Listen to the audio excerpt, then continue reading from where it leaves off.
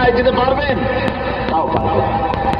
সুতরাং আল্লাহ পাকের উপরে ঈমান আনলে পরে তাদের মাথায় ভাবে নত হয়ে যায়, অহংকার তাদের মধ্যে জায়গা পায় না। অহংকার কিসের? কিসের অহংকার তোমার? মানুষ তার জন্মের কথা, কোরআনে কারীম বলে মানুষ কি তার জন্মের কথা স্মরণ করে না?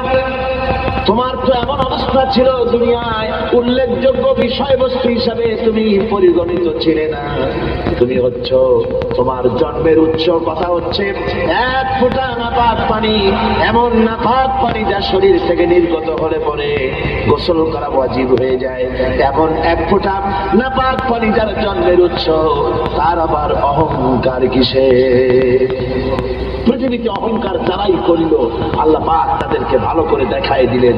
নমরুদকে দেখাইছেন, ফেরাউনকে দেখাইছেন, যুগের ছোট ছোট নমরুদ ফেরাউন, যেখানে যেখানে খুঁজে খুঁজে ফেরাউন হয়েছে আল্লাহ সকলকেই দেখিয়ে দিয়েছেন, দেন নাই?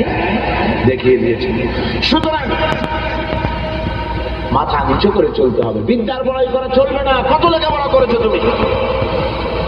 এমএ পাশ করেছো, তাতে কি হয়েছে? সবে মাত্র বর্ণবোধ পড়েছো, জ্ঞানের রাজ্যে পা ঢুকিয়েছো, এখনো কিছু শেখনি। টাইটেল পাস করেছো তো কি হয়েছে?